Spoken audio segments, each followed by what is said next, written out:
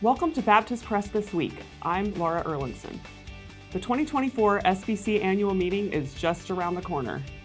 And as messengers are getting ready to head to Indy, we are talking to the known presidential candidates to be nominated in Indianapolis. In this episode of Baptist Press This Week, we talk with North Carolina pastor Bruce Frank. Stay with us for that interview.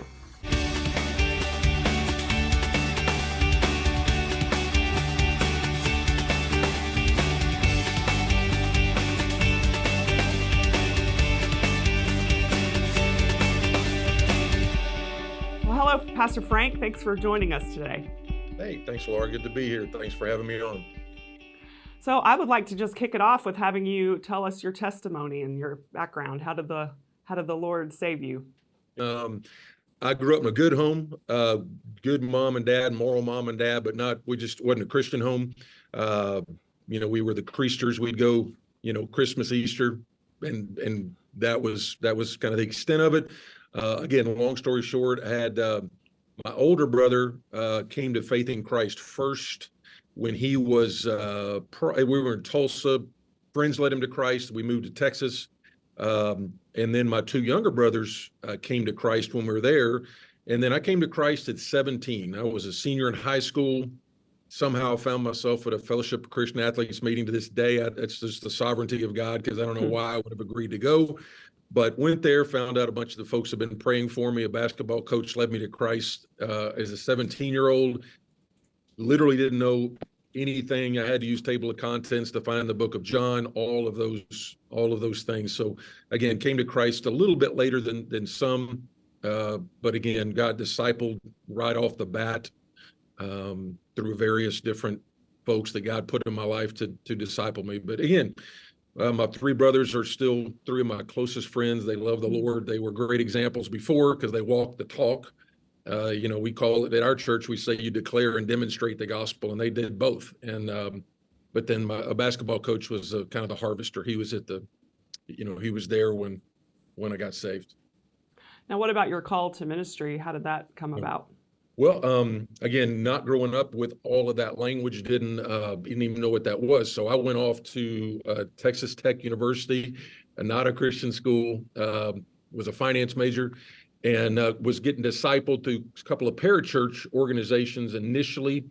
How do you have a quiet time? How do you memorize scripture? How do you share your faith? I mean, that was downloaded into me from the get-go, going to South Padre Island in Texas, and they would like, hey, go witness to these drunk people. And so it was like they threw you in the deep end quick, and it was great. That was very formative for me.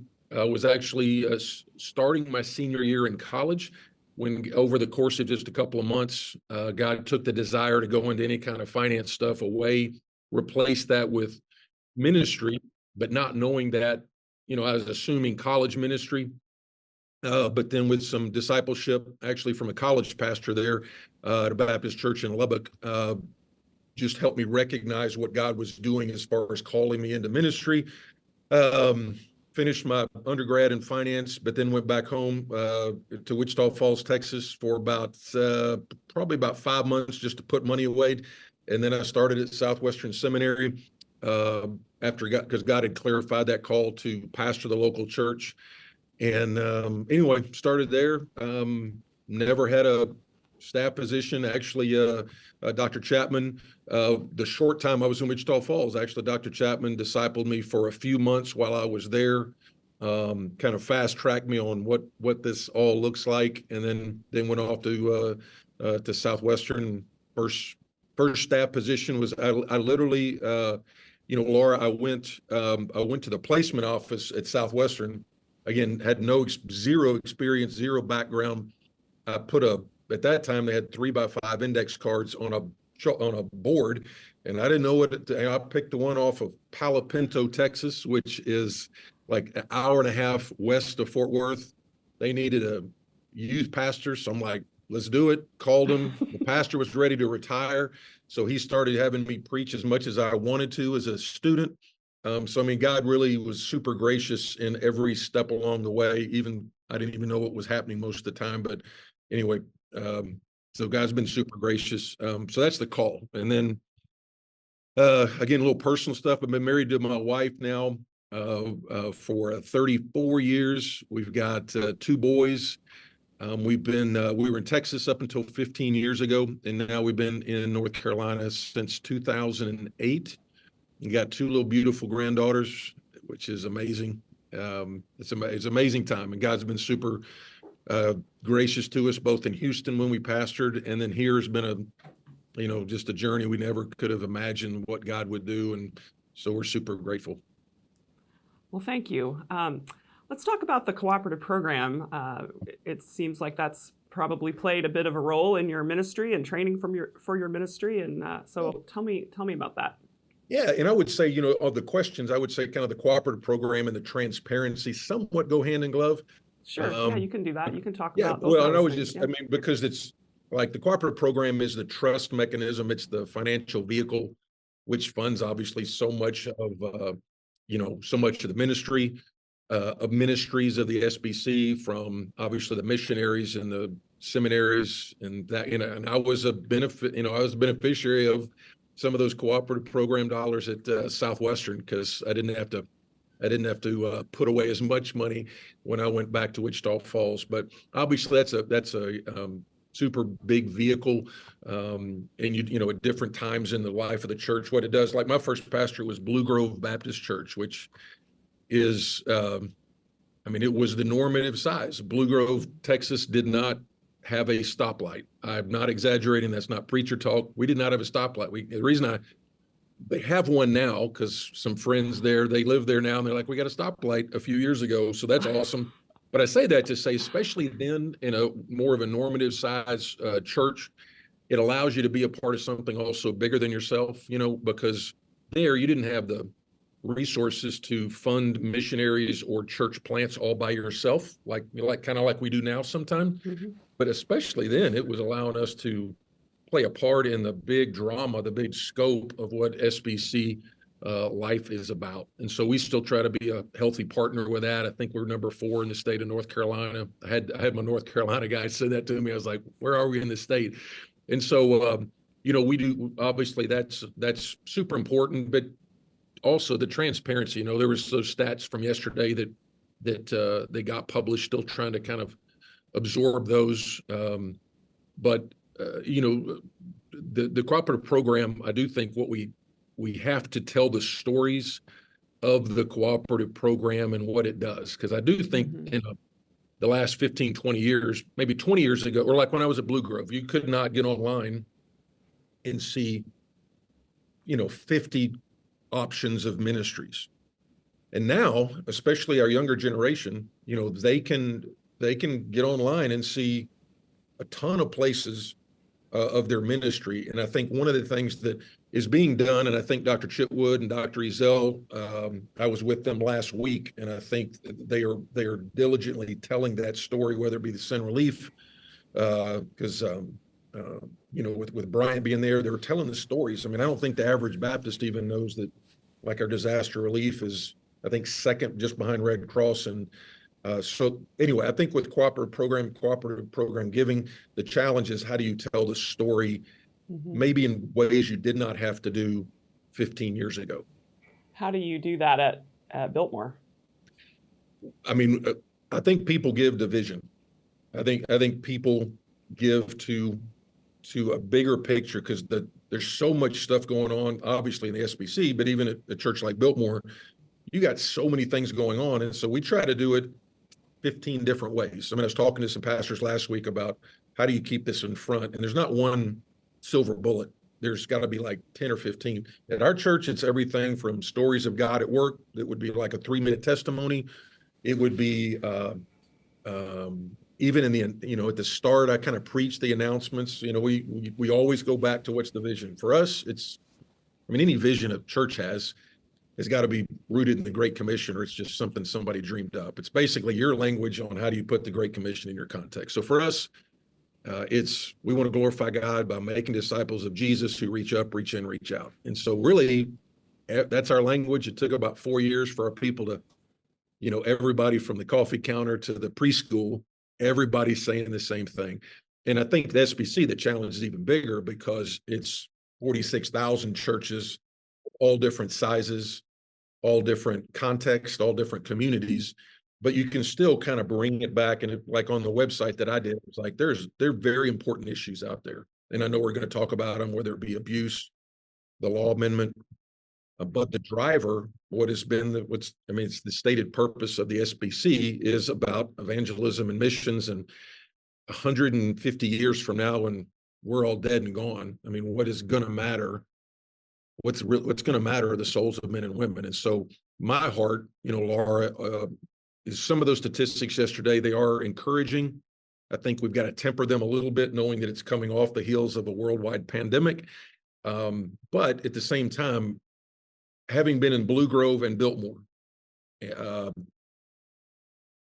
the joy and unity that comes from seeing a person embrace Jesus and then become baptized is the most joy-inducing, church unifying thing that can happen. It puts everything in perspective. And so when they see that prodigal come home, when they see that coworker get saved, and when I made that little video last week or 2 weeks ago, it was so cool because the current pastor of Blue Grove Baptist Church, got on there, and it's like, we saw, I think what they say, we saw 2 people baptized Sunday, and I can promise you, not only did they celebrate, but because it's a small community, the whole community celebrated, and it was unifying. So my point would be this, is there are a number of churches for a variety of reasons in our convention that have gone a pretty good long time without seeing that. And if you look at just the trajectory, our bent, any organization's bent is to grow inward. I mean, you look at Israel, they were supposed to take the message outward, and yet they were always growing inward. A couple of days ago, I started rereading the book of Acts over and over and over again, and it showed it again. It's like verse 4 of chapter 1. It says that Jesus spoke to them about the kingdom of God for 40 days. I mean, imagine that. How awesome is that? But 2 verses later, they're like, yeah, but how does that affect us at Israel? And so even then, they were still, it's not about, it's about us and ours versus them and theirs. And so to answer your question in a long way, you have to keep that in front of the people all the time, because it does grow, it jumps off the table. Worship's not going to jump off the table. People might bicker about it, but they're not going to ignore it. Community, that's not going to jump off the table. Most of God's people are really awesome. But what does it is the outward focus. But again, that's where I think the focus has got to be. That's what we're about as a convention. That's what brings cooperation. That's what the cooperative program is about. That is what, all of that. So I know we didn't hit transparency yet, but in general, that was the focus. Well, let's shift gears a little bit and talk about the SBC presidency, which you are seeking. What do you think is the most important role of the SBC president? Do you have any philosophies on that role and conducting the annual meeting, appointing committees, things like that? Any sort of criteria that you have in mind or philosophy that you want to share? Yeah, I mean, there's only, on paper, the president basically appoints people to committees. He runs the annual meeting, and he to some degree is the face at times, whether it be Dr. George or whoever the president is, they're kind of the face. They somewhat speak on behalf, although again, nobody speaks on behalf of all Baptists. But the president to some degree is probably going to have a public face in that regard. Philosophically, what I put at the top, I put what I would call the 4 parts of the platform, for lack of a better term, at brucefrank.org. And I put them, first one was just focused on the Great Commission. Second one was a tenacity on sexual abuse.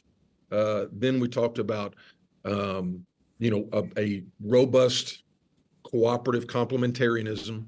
And then fourthly, about the revitalization of churches, which in North Carolina, Todd Unzinger has done a great job in leading a lot of churches that are not that far from closing to, and there's a number, be revitalized. Sometimes that's training, sometimes that's merging. So there's a bunch of things there. So I think besides the official ones, I think to some degree the president can sort of help set the priorities and at least be the cheerleader for what is the unifying vision of the SBC. So Okay. as far as a philosophy, it would be try to how I've led my ministry for, however long I've been in ministry. I can't remember at this point, 36 years or something like that. But, people on the committees, I think there's so much that is already alike. I mean, if you're in the SBC tribe, you have a high view of scripture. You have you have a lot of things already in place. But I would say people that I would appoint would have the same vision and burning to see those 20,000 churches that hadn't seen a baptism in a year. I do think, Laura, I think that I don't know of a reason, having been in those churches. I mean, again, as pastor in Blue Grove, I know it can happen, and I know the multiplication that takes place. So much good stuff happens when that's it. I mean, you think about the disciples when they were inward focused, Jesus kind of popped them. And then when they were outward focused, he's like patted them on the back. And I'm not saying that that's necessarily the reason the church would go a year or two without seeing that, but the joy, I would want people on those committees that would share that burden. I've mentioned in several places, one of the first calls or Zoom meetings that I would think would be the smartest thing for any president, whether it's me or somebody else, is, but for me for sure, would be with the state execs and as many associational people as we can get on a call, because the first is listen, because the best answers, I mean, I know this at our church, the best answers are as close to the front lines as you can get.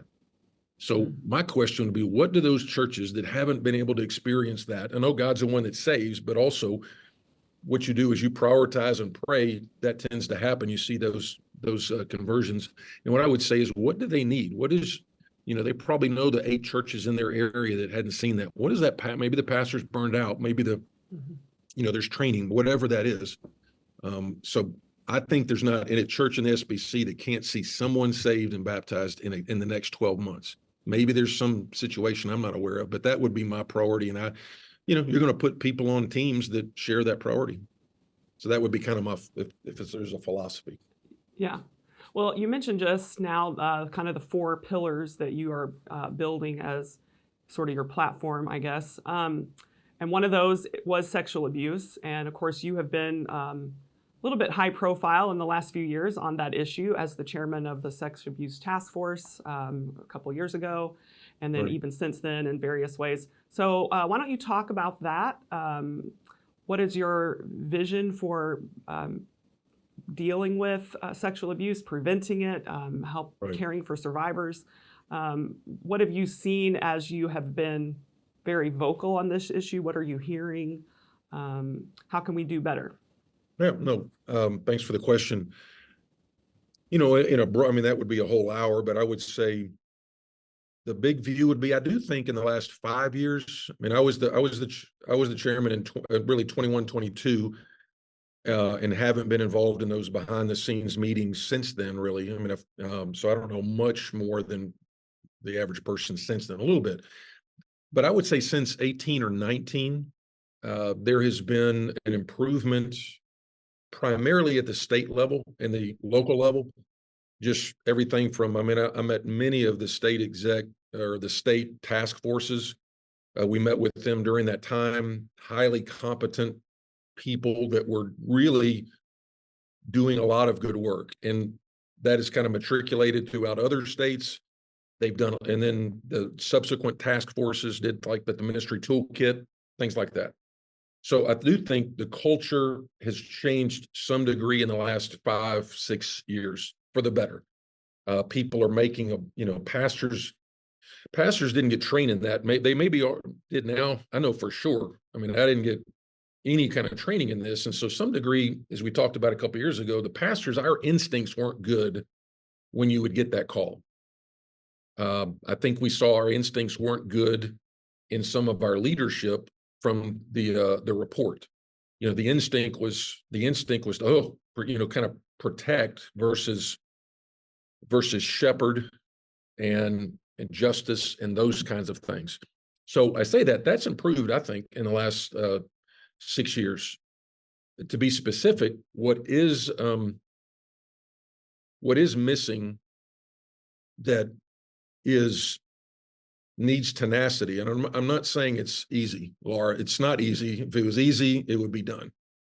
But as Southern Baptists can do hard things if we put our mind to it. And here's what I see as the big gap when it comes to sexual abuse. There's been a lot of stuff good for prevention, still ways to go. I think that report yesterday said 58% of churches do background checks. I don't know if that data is great, but that obviously has to go up. Background checks are so easy. I mean, there's no reason not to do a background check on somebody that works with children or students. I mean, there's just not a reason to do that. It can be done very easily for anybody. And this is not just a church issue. This is a cultural issue, but it doesn't stop at the church steeple. We're just uniquely vulnerable because we deal with a bunch of volunteers and we deal with children and students. So, but the big gap, in my opinion, is when you look at the statistics, you have a very small percentage of abusers who are arrested. That's gone up a little bit because of the mandatory reporting, but you have a very few that are arrested, and you have even fewer that are convicted. And so the question that we have to answer is, what about that person who was doing some shady stuff? You just, whatever you want to name as shady, that was not arrested. Maybe it wasn't illegal. Maybe it was highly immoral. And you pass them on, or they're no longer volunteers and they go down the street or down the next county. And the question is, if there is no other, because they're not going to show up on a background check.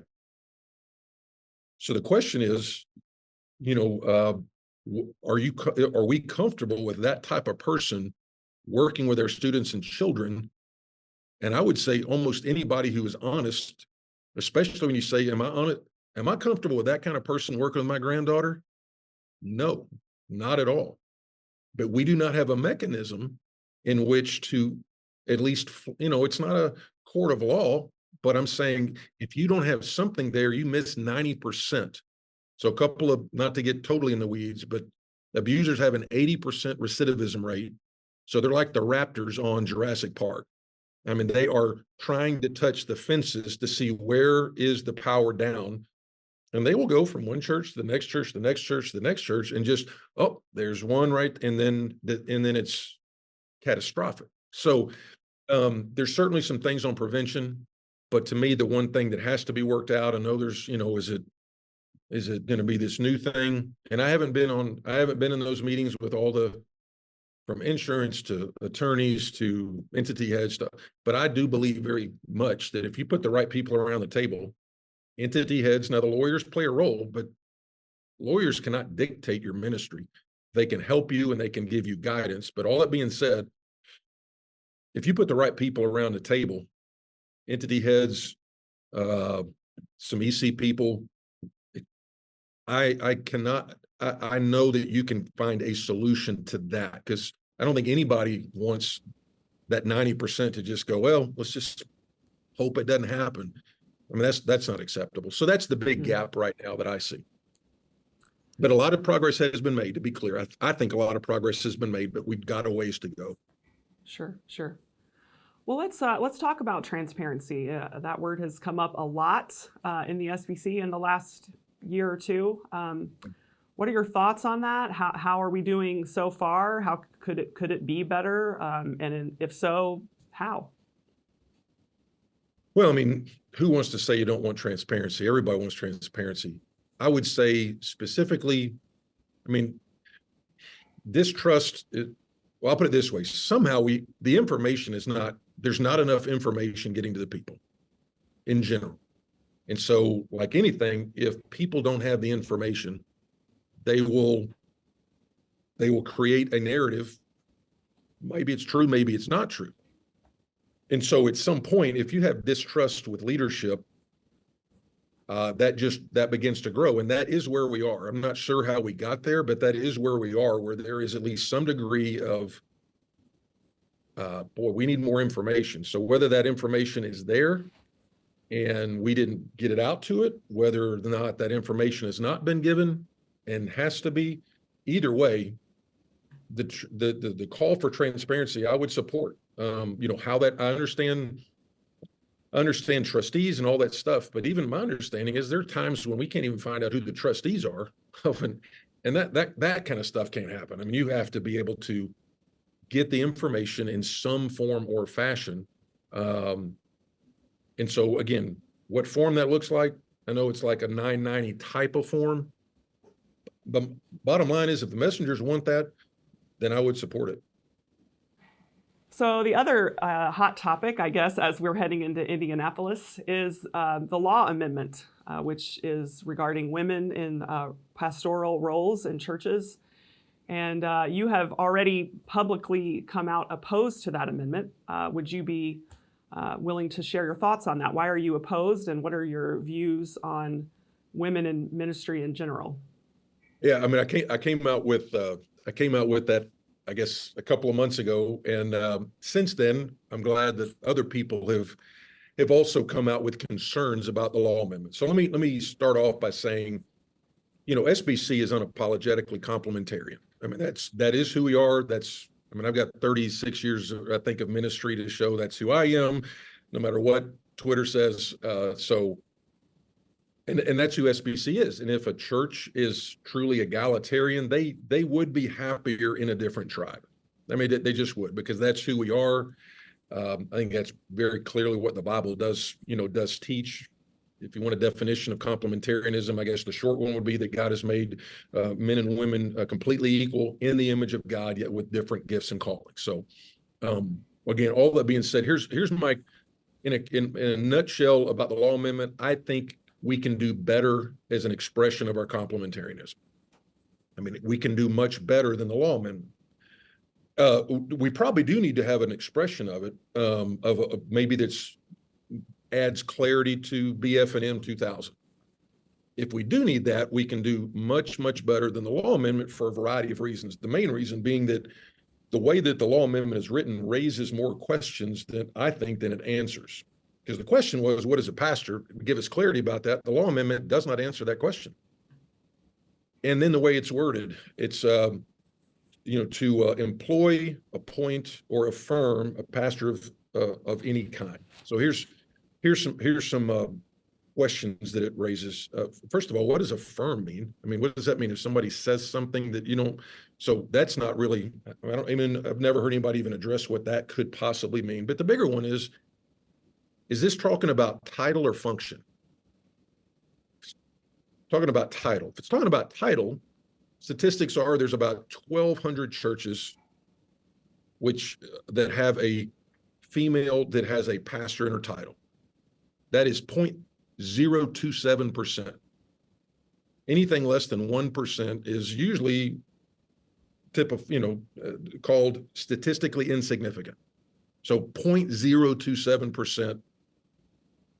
So, question about urgency, is there a better way than this? But the one about title or function, if it's about function, which many of the proponents have pushed very publicly, it is about function. Can't be just about title, it's got to be about function. My concern is because we have not defined what is explicitly pastoral in function, then it's fair game for any kind of saying that person, although not called a pastor, she's functioning like a pastor. But the problem is we have not defined what that function is, because the Bible says a bunch about what all church members are supposed to do. So what is exclusively pastoral? I think IMB does a better job in some of their stuff, because it talks about pastoral leadership and pastoral teaching, pastoral type of teaching. But I know some people might go, well, you're kind of just, that would never happen. I actually have called a couple of the proponents and said, and I've asked them, tell me why you don't think that would be weaponized. Again, I've never had a female with a title of pastor on any church staff, including Bill. Okay. I definitely have lady leaders for sure, but I don't have one that has the title of pastor. So when it comes to function, the reason I think this is not something that's just been dreamed up, and I'm like, why would this not be weaponized? The best answer I've gotten is, well, I just don't think the SBC would stand for it. And I'm like, you have a credentials committee that has, I think, 9 people on it, 2 of whom are still working on their schoolwork. And all of a sudden you're going to dump 1,200 churches immediately before you even get to function. You think they're going to have the time or resources to actually they can't keep up with the sexual abuse cases now, which are about 80% of what they get.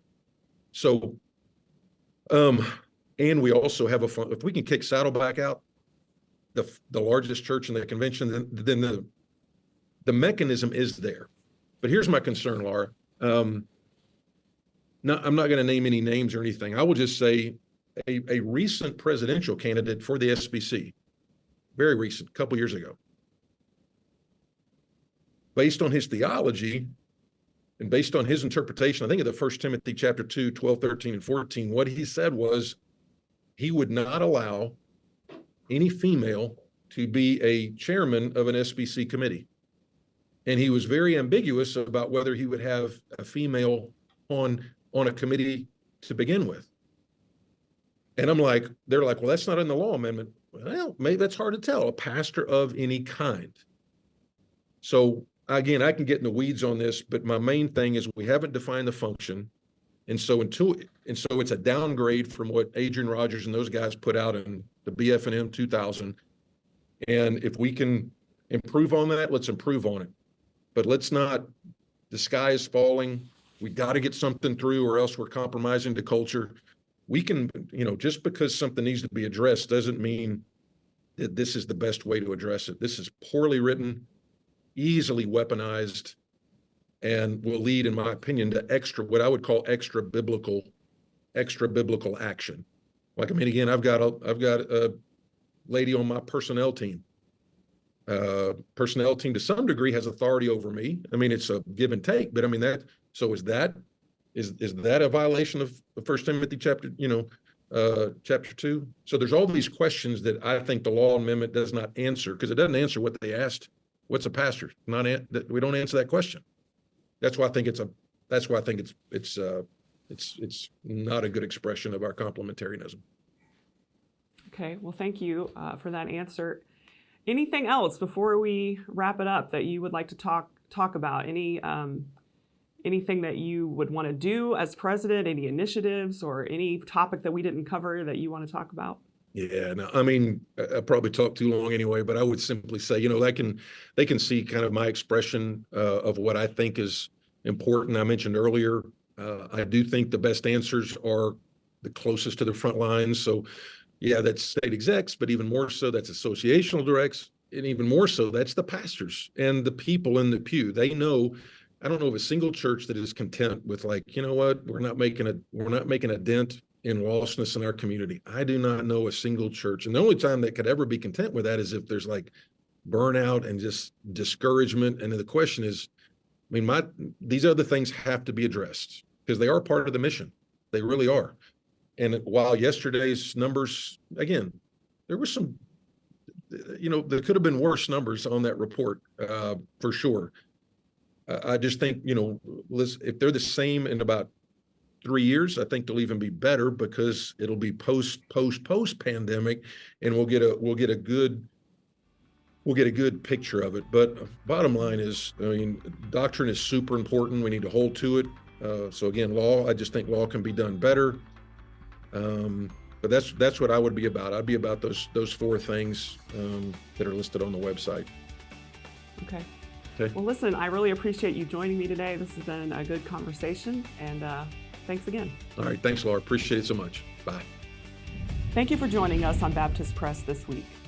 We invite you to find us at baptistpress.com and see there how you can sign up for our morning and afternoon emails. We cover all things Southern Baptist, including everything you need to know about the upcoming annual meeting. Once again, find us at baptistpress.com.